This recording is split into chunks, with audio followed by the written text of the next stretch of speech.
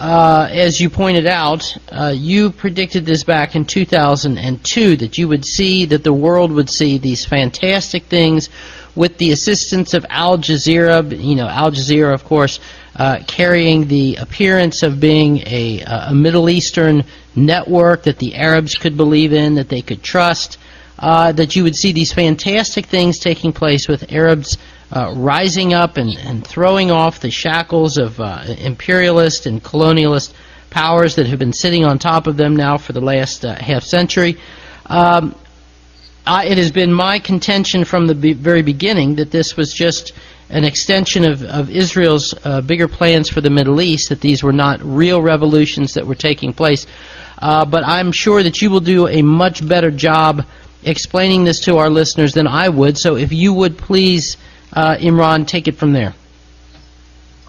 Well, I think you're right, Glenn, in your analysis that the revolutions are intended to facilitate Israeli agenda of eventual world domination.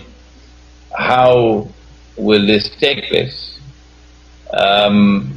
I gave that speech in 2002 anticipating an American attack on Iraq, which did take place in 2003, I believe.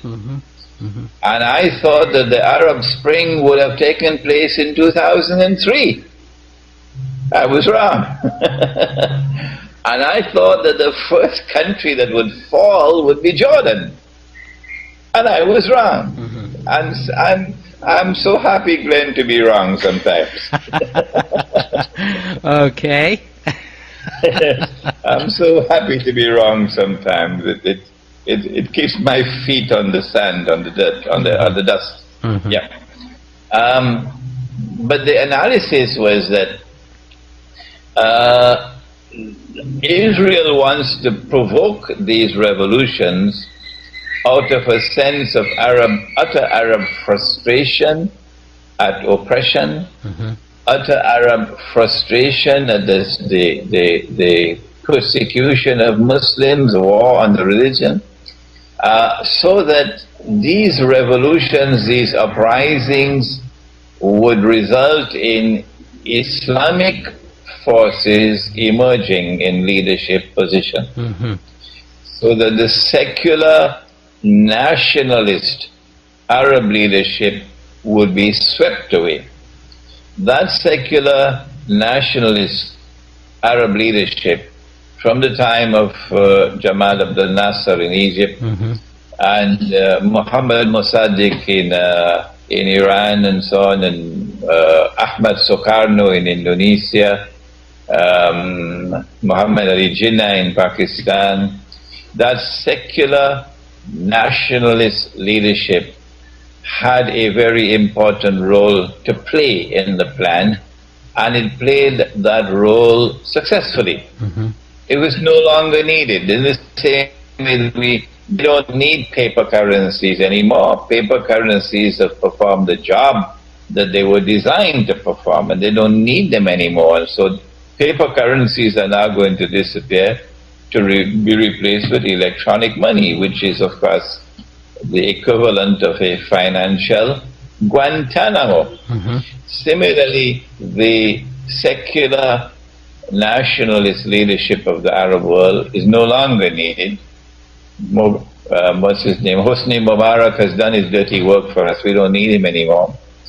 What we need now is Islamic leadership, or so-called Islamic leadership, so that the world would see Muslims in the name of Islam ruling over Egypt, for example, an Islamic government in Egypt.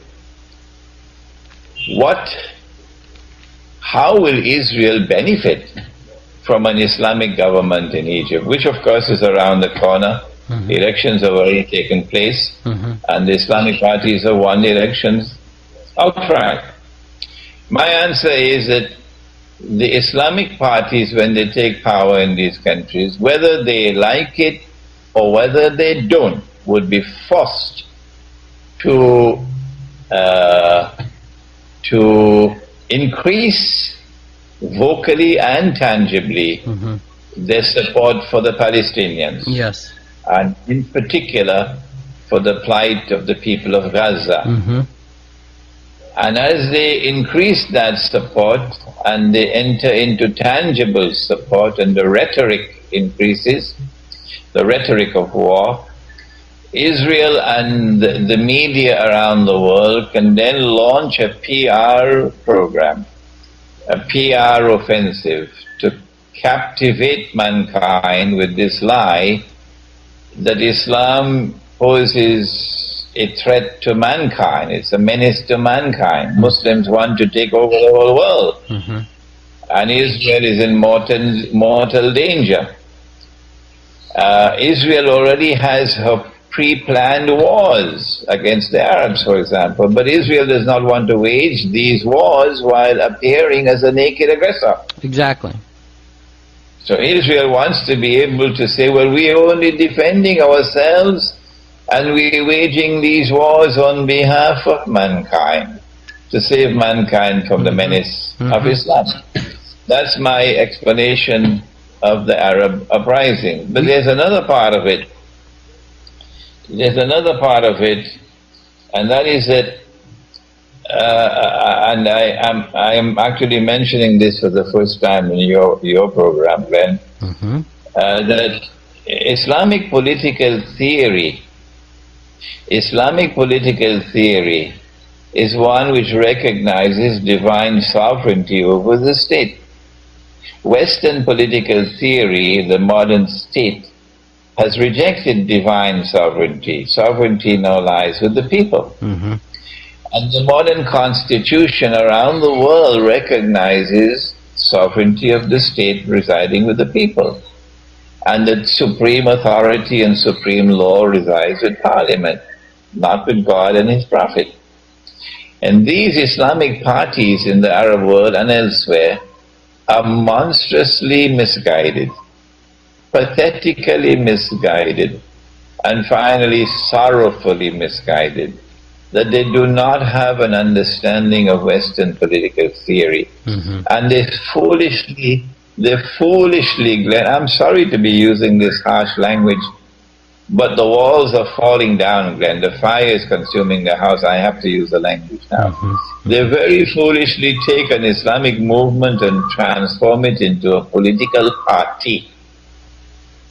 With slogans and with party symbols, and then fight elections. Elections in which the population is recognized to be a conglomeration of individuals. No, God didn't create us as individuals. No, He has more wisdom than that. The divine wisdom never created us as a world of individuals. No. Divine wisdom created us as a world of nations and tribes.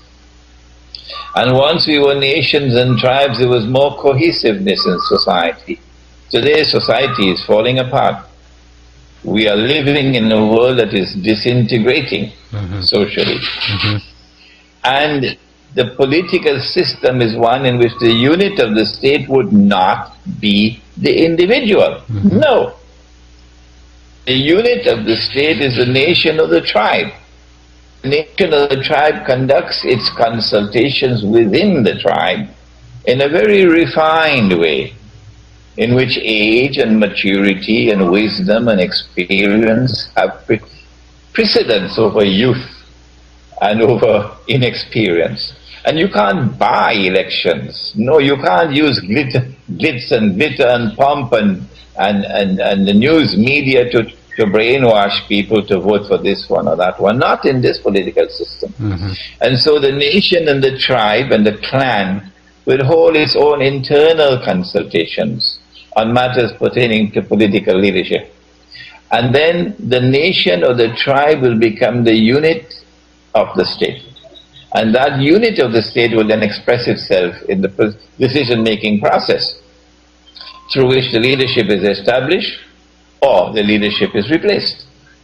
That political system not only establishes stability, political and social stability, but sustains that stability. And this one has only created wars and conflicts and rivalry and tribal rivalry and bloodshed and murder all over the world. And of course the corruption of the political process. So the Islamic political parties in Egypt and in other parts of the Arab world are monstrously misguided and sorrowfully misguided in this process of theirs in which they register themselves as a political party and fight in elections. And the Western world has succeeded and is continuing to succeed in its plans to subvert Islam in this way. There's more to the analysis, but I feel I'm taking too much of your time. Well, actually,